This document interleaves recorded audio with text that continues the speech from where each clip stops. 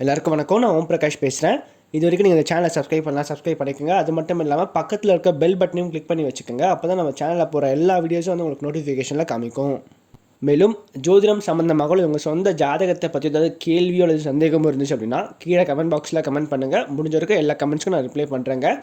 அது மட்டும் இல்லாமல் உங்களுக்கு வந்து உங்களோட சுய ஜாதகத்தை பற்றி முழுசாக தெரிஞ்சுக்கணும், அஸ்ட்ராலஜி கன்சல்டேஷன் அதாவது ஜோதிடம் சம்மந்தமான ஆலோசனைகளுக்கு கீழே வந்து என்னோடய வாட்ஸ்அப் நம்பர் கொடுத்துருக்கேன். நீங்கள் வந்து அந்த நம்பருக்கு வந்து தொடர்பு கொள்ளலாம். கீழே டிஸ்கிரிப்ஷனில் நம்பர் வந்து கொடுத்துருக்கேங்க.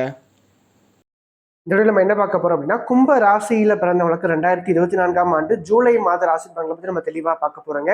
இந்த ஜூலை மாதம் என்னென்ன மாற்றங்களை கொடுக்க போது, என்னென்ன புது புது விஷயம் காத்துட்டு இருக்குன்னு சொல்லிட்டு தெளிவாக பார்க்கலாம் வாங்க. கும்பராசி அதிபதி யாருன்னு பார்த்தீங்கன்னா சனி பகவான். கும்பராசி கால புருஷனுக்கு லாபஸ்தானமா வருதுங்க.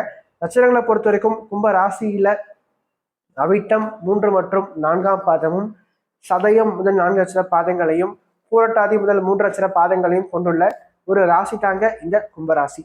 கும்பராசிக்காரங்களை பொறுத்த வரைக்கும் இந்த காலகட்டம் எப்படி இருக்கும்? அதாவது சனி பகவான் ராசிக்குள்ள வக்ரமா இருக்காருங்க. இந்த மாதத்தின் முதல் பகுதியில ராசிக்கு 5ஆம் இடத்துல சூரியனும் சுக்கிரனும் சேர்ந்திருப்பாங்க. 2வது பகுதியில ராசிக்கு 6ஆம் இடத்துல சுக்கிரனும் சூரியனும் சேர்ந்திருப்பாங்க. ஸோ முக்கியமான யோக கிரகங்கள் எல்லாமே ராசிக்கு 6ல் போய் மறையிறாங்க, சரிங்களா? ஆனாலும் ராசிக்குள்ள சனி வந்து வக்ரமா இருக்கிறது சிறப்பு தான். கடந்த காலங்களில் பார்க்கும்போது கும்பராசிக்காரங்களை பார்த்தீங்கன்னா நிறைய கஷ்டங்கள், நிறைய போராட்டங்கள், குடும்ப வாழ்க்கையில் நிறைய பிரச்சனைகளை பார்த்துட்டீங்க. சொல்ல முடியாத அளவுக்கு நிறைய துயரங்கள், ஏன்னா வாய் விட்டு அழலை, அவ்வளோதான். நிறைய பேர் அழுதும் இருப்பீங்க. அந்த அளவுக்கு கொடுமையான கஷ்டங்களை பார்த்துருப்பீங்க ஜென்ம சனியில. சனி ராசி அதிபதியாவே இருந்தாலும் கூட ஜென்ம சனியில கஷ்டப்படாத கும்பராசிக்காரங்க யாருமே கிடையாது. வயதிற்கேற்ற மாதிரி ஏதோ ஒரு வகையில ஒரு பிரச்சனை கண்டிப்பா வந்திருக்குங்க உங்களோட வாழ்க்கையில, சரிங்களா? ஒண்ணு பிள்ளைகளால வந்திருக்கலாம், இல்ல வேலை செய்ய இடத்துல வந்திருக்கலாம், அல்லது வந்து பாத்தீங்கன்னா இல்லற வாழ்க்கையில மனைவியால வந்திருக்கலாம், அல்லது வந்து காதல் வாழ்க்கையில ஏற்பட்டிருக்கலாம். ஸோ இந்த மாதிரி ஒருத்தருக்கு வயதிற்கு ஏற்ற மாதிரி நிறைய கஷ்டங்கள் கண்டிப்பா சனி பகவான் கொடுத்துருப்பாருங்க. ஸோ அப்படிப்பட்ட இவங்களுக்கு வந்து பார்த்தீங்கன்னா ராசிக்குள்ள சனி பகவான் வக்ரமா இருக்காருங்க. ராசிக்கு 3ஆம் இடத்துல இந்த மாதத்திய முதல் பகுதியில் செவ்வாய் இருக்கார். 2வது பகுதியில் 4ஆம் இடத்துக்கு செவ்வாய் பயிற்சி ஆகிறார். சிறப்பு தான், நல்ல ஒரு அமைப்பு. சனி வக்ரமாகிறதுனால கண்டிப்பா மனக்குழப்பங்கள் விலகும், சந்தோஷம் அதிகரிக்கும், ஒரு வாழ்க்கையில பிரச்சனை குறையுங்க. அதுதான் முக்கியமான விஷயங்க. பிரச்சனை முழுமையா தீராது, என்ன ஜென்மசனி நடந்துட்டு இருக்கு. பிரச்சனை கண்டிப்பா குறையும், பாதிக்கு பாதியாச்சும் உங்களோட வாழ்க்கையில இருக்கக்கூடிய கஷ்டங்கள் கண்டிப்பா குறையும். ஏன்னா சனி வக்ர பயிற்சி பலன்களை பற்றி நம்ம ஆல்ரெடி வீடியோ போட்டிருக்கோம். கீழே டிஸ்கிரிப்ஷன்ல லிங்க் கொடுத்துருக்கேன். இது வரைக்கும் பார்க்காதவங்க விருப்பம் இருந்தால் நீங்க போய் பார்க்கலாம். 4.5 மாச பலன்கள் பத்தி அதில் போட்டிருக்கோம், சரிங்களா? சரி, ஓகே. ஸோ இந்த சனி வந்து ராசிக்குள்ள வக்ரமாகறதுனால கண்டிப்பா நல்ல ஒரு அமைப்பு தான். வாழ்க்கையில இதனால் வரைக்கும் நீங்க பட்ட கஷ்டங்கள் மெல்ல மெல்ல குறைய ஆரம்பிக்கும், ஓரளவுக்கு சந்தோஷம் கிடைக்கும், குடும்ப வாழ்க்கை நல்லா இருக்கும், கணவன் மனைவிக்குரிய ஒரு ஒற்றுமை, ஒரு சந்தோஷம் பலப்படும். குறிப்பா காதலிச்சுட்டு காதல் வாழ்க்கையில் நல்லா இருக்கும். அதே மாதிரி இல்லற வாழ்க்கையும் நல்லா இருக்கும். அதே மட்டும் இல்லாம திருமண வயது இருக்கக்கூடிய கும்பராசிக்காரர்களுக்கு யாருக்காச்சும் திருமணத்துக்கான அதை முடிவு எடுக்கிறீங்க, திருமணம் பண்ற மாதிரி இருக்கீங்க அப்படின்னா இந்த காலகட்டம் நல்லபடியா உங்களுக்கு ஒத்துழைப்பு கொடுக்கும். திருமண வாழ்க்கை நல்லா இருக்கும். ரொம்ப பிரச்சனை இருக்கு, டிவோர்ஸ் கோர்ட்டு கேஸ் வரைக்கும் இழுத்துட்டே போகுது அப்படின்றவங்களுக்கு கூட அந்த பிரச்சனைகள் குறைஞ்சி ஓரளவுக்கு சுமூகமான ஒரு நிலைக்கு கண்டிப்பா வருவீங்க. ஸோ அந்த மாதிரி சில நல்ல விஷயங்களையும் இந்த சனி பகவான் ஏற்படுத்தி கொடுக்க போறார், குருவும் ஏற்படுத்தி கொடுக்க போறார் அப்படின்னு சொல்லலாம். அதோட மட்டும் இல்லாம ராசிக்கு 12ஆம் இடமான விரயஸ்தானத்தை குருவும் பார்க்கிறார், சுக்கிரனும் பார்க்கிறார். கண்டிப்பா சுப செலவு அப்படின்றது இந்த மாதம் உண்டு. வருமானத்தை பொறுத்த வரைக்கும் 10ஆம் இடத்தை செவ்வாயும் பார்க்கிறார், குருவும் பார்க்கிறார், சரிங்களா? ஆனா 12ஆம் இடத்தை குரு சுக்கிரன் 2 பேருமே சேர்ந்து பார்க்கறதுனால தொழில் ரீதியா பாத்தீங்கன்னா யாரெல்லாம் சொந்த தொழில் மற்றும் வியாபாரம் பண்ணிட்டு இருக்கீங்களோ அந்த செய்கின்ற தொழில்ல நல்ல ஒரு வருமானம் கிடைக்கும், நல்ல ஒரு லாபம் கிடைக்கும். போட்ட முதலீட்டை விட 1க்கு 2 படி லாபத்தையும் பார்ப்பீங்க, சரிங்களா? இவ்வளோத்தையும் நீங்க பார்த்தாலும் கூட விரயஸ்தானம் கொஞ்சம் வலுவா இருக்கிறதுனாலையும், விரையாதிபதி ராசிக்குள்ளே இருக்கிறதுனாலையும் இந்த காலகட்டத்தை பொறுத்த வரைக்கும் செலவுகள் கண்டிப்பா உண்டு. வருமானத்தை விட வரவை விட செலவு கொஞ்சம் அதிகமா இருக்கும் அப்படின்னு சொல்லலாம். ஸோ அப்போ அந்த செலவானது ஒரு சுப செலவா இருக்கும் அப்படின்னு தான் நான் சொல்ல வரேன், சரிங்களா? தேவையில்லாத வீண் செலவா இருக்காது. முக்கியமான வாழ்க்கைக்கு தேவையான சில செலவுகளா இருக்கும். அல்லது ஒரு வண்டி வாகனம் வாங்குறது, அல்லது வந்து பாத்தீங்கன்னா வீட்டுக்கு தேவையான உபகரணங்கள் வாங்குறது, ஒரு மிக்சி வாங்குறது, ஒரு வாஷிங் மிஷின் வாங்குறது. ஸோ இந்த மாதிரியான விஷயத்துக்காக செலவு பண்ணுவீங்க. அல்லது ஒரு கோல்டு வாங்குறது, அல்லது வந்து பார்த்தீங்கன்னா வெளியில ஏதாவது பொருட்கள் வாங்கி போடுறது. ஸோ இந்த மாதிரியான விஷயங்கள் வாங்குறதுக்கான வாய்ப்புகள் நிறைய இருக்கு அப்படின்னு சொல்லலாம். ஏன்னா குருவும் சரி சுக்கிரனும் சரி தங்கம் மற்றும் வெள்ளியை குறிக்கின்ற கிரகங்கள், சரிங்களா? வெள்ளி வந்து சுக்கிரனுடையது, தங்கம் வந்து குருவோடது, சரிங்களா? இவங்க 2 பேரும் சேர்ந்து 12ஆம் இடத்தை பார்க்கறதுனால இது சம்பந்தப்பட்ட செலவுகள் இதுல போய் இன்வெஸ்ட்மெண்ட் நீங்க பண்ணியும் வைப்பீங்க.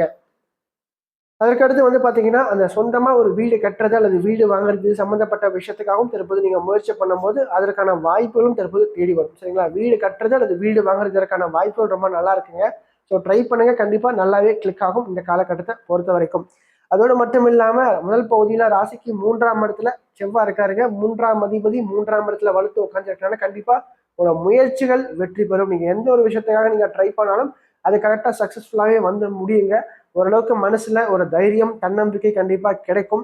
தொழில் செய்யறவங்களுக்கு தொழில் ரீதியா இந்நாள் வரைக்கும் இருந்த அந்த முட்டுக்கட்டைகள் தற்போது விலகும். ஓரளவுக்கு வியாபாரம் சூடு பிடிக்க ஆரம்பிக்கும் அப்படின்னு சொல்லலாம்.